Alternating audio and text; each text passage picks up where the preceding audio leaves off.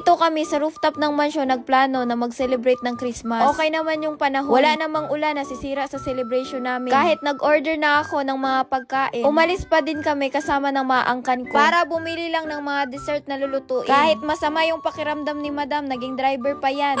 Pagkadating nga namin sa Save More sa Dipolo, ang dami na ngang nagpapanik buying. Ang lulutuin namin na dessert, macaroni salad at spaghetti lang. Isang beses lang sa isang taon yung Christmas. Kaya dapat may panulak din. Dessert lang yung bibilhin pero iba yung punteriya ni Madam. Nagpakasosyal kasi may pa-wine pa. Alam kong wala nang magbabalak na maghuhugas sa Pasko. Kaya bumili na ng plastic cup at paper plate si Madam. Buti na lang mga warrior yung mga cashier dito sa Save More. Kaya mabilis kaming nakabayad kaagad. Pero dito kami natagalan sa daan kasi sa sobrang traffic.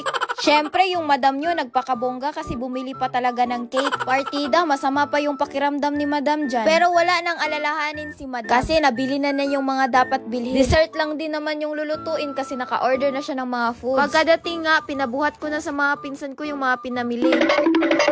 Wala nang sinayang na oras tong mga angkan ko. Diretso nang nagluto ng dessert kaagad pagkadating. Inuna nga nilang niluto itong ang macaroni salad. Yung macaroni pasta lang naman yung lulutuin. Tapos puro halo lahat ng mga ingredients. Lagyan mo lang ng pangpasarap yan. Ready nang isabak tong macaroni salad namin. Wow! Bising-busy na nga tong mga angkan ko sa paghahanda nitong dessert. Si Madam, syempre, bising-busy din sa kakatulog.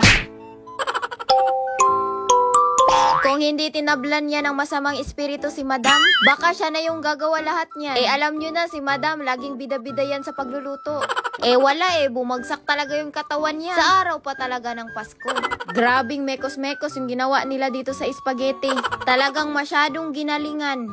Unang tingin, magdadalawang isip ka pa kung spaghetti ba to or pasta dahil sa sobrang putla. Mukhang gutom na tong alaga kong dragon. Nako, bubuga na talaga to ng apoy. Ginalingan din sa pag-decorate ni Papa dito sa rooftop.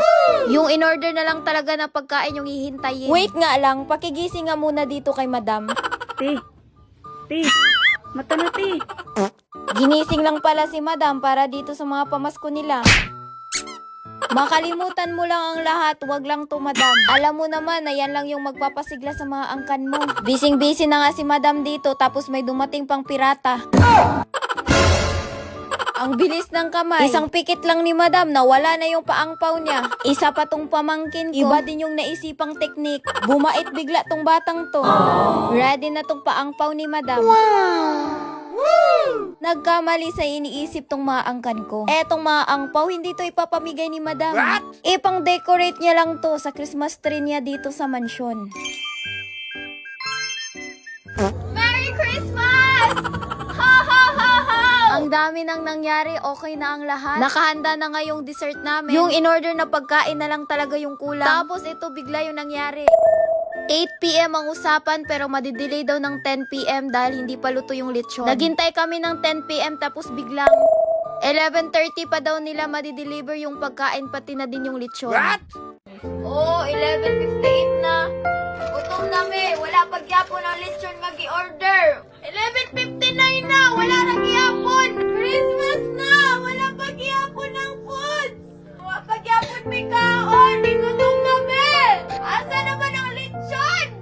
Hindi ko ng silingan. Mga tulog na lang may ane. Kami nga sa Christmas. Alas 12 ng hating gabi, nag-message sila na dumating na daw yung food package. Nanang lechon pa! Nanang lechon pa! Pero yung pamilya ko wala nang kabuhay-buhay dahil sa gutom. Wala na din kasi kaming magagawa kundi maghintay na lang kasi bayad na din naman yun. Dito ako lagi nag-order sa kanila. Pero ngayon lang talaga to nangyari talaga. First time din ako nag-order ng lechon sa kanila. Gusto ko kasi isahang order na lang kaya doon na lang ako nag-order ng lechon. Dali-dali kami umakyat sa taas pero walang dumating. Asa naman niya ang giingon nga na ana? Asa naman ang pagkaon nato? Uy, alas 12 naman. Naghintay kami dito sa daan mga 30 minutes din. Tatay, nabudol mo yan eh. Tinatawagan ko siya lagi pero hindi niya kagad sinasagot. Sinabi niya na andito na pero papunta pa lang pala yung delivery boy. Bababa na sana kami pero mga 12:30 AM dumating na yung delivery. Akala ko kumpleto na lahat yung mga dineliver na mga in-order ko. Yun pala, babalikan pa palang yung lechon. Ang dineliver niya, eto pa lang yung mga putahe na mga in-order ko. So maghihintay pa pala kami ulit para sa lechon. Wala kaming magawa kundi maghintay na lang at bumaba ulit. Yung patient ko talaga yung hinamon dito eh. Sa totoo lang, meron akong laging in-orderan dito na lechon. Gusto ko kasi isahang order at delivery na lang. Kaya nagtiwala akong umorder sa kanila. At bago ako nag-order, tinanong ko muna kung kaya ba. Confident naman silang nagsabi na oo. Naiintindihan kung madidelay talaga. Pero hindi ganito katagal. Yung tipong nagutom na lang talaga kami sa kakahintay. Sa mala, sa Christmas pa talaga to nangyari. Pwede naman nila sabihin in advance na hindi kayang i-deliver on time. Pwede namang i-refund yung binayad at magluluto na lang kami ng pabilisan. Ang nangyari, late na silang nag-message. Kaya wala kaming magagawa kundi hintayin na lang. Umorder na nga para wala nang alalahanin pero may stress ka pa. Naaawa ako sa mga angkan ko, lalo na sa mga pamangkin ko. Naiiyak na lang talaga si madam sa mga pangyayari.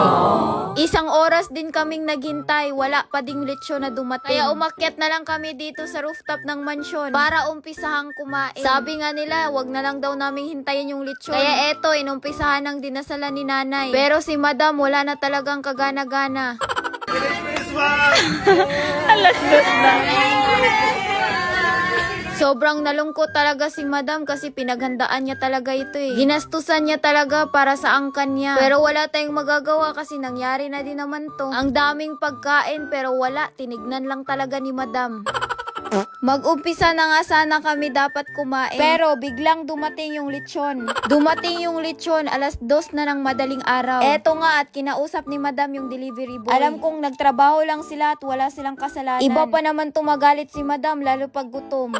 Nako, sinasabi ko sa inyo, magiging dinosaur yan. Inakyat na nga dito sa rooftop itong lechon. Tapos nag-picture taking kami kahit mag alas 3 na ng madaling araw. Dahil madaling araw na to dumating tong lechon, dapat masarap talaga to. Lechon lang pala yung magpapalubag sa loob ni madam. Happy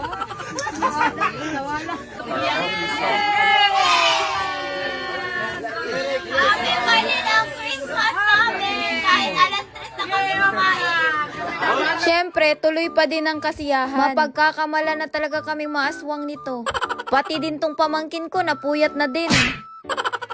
Sinabi ko talaga sa sarili ko na babawi talaga ako ngayong bagong taon. Kung kayang magluto, magluluto na lang talaga. Para maiiwasan yung mga ganitong pangyayari. Yung mga kapitbahay ko, lasing at tulog na. Pero eto kami, kakasimula lang ng celebration ng Pasko.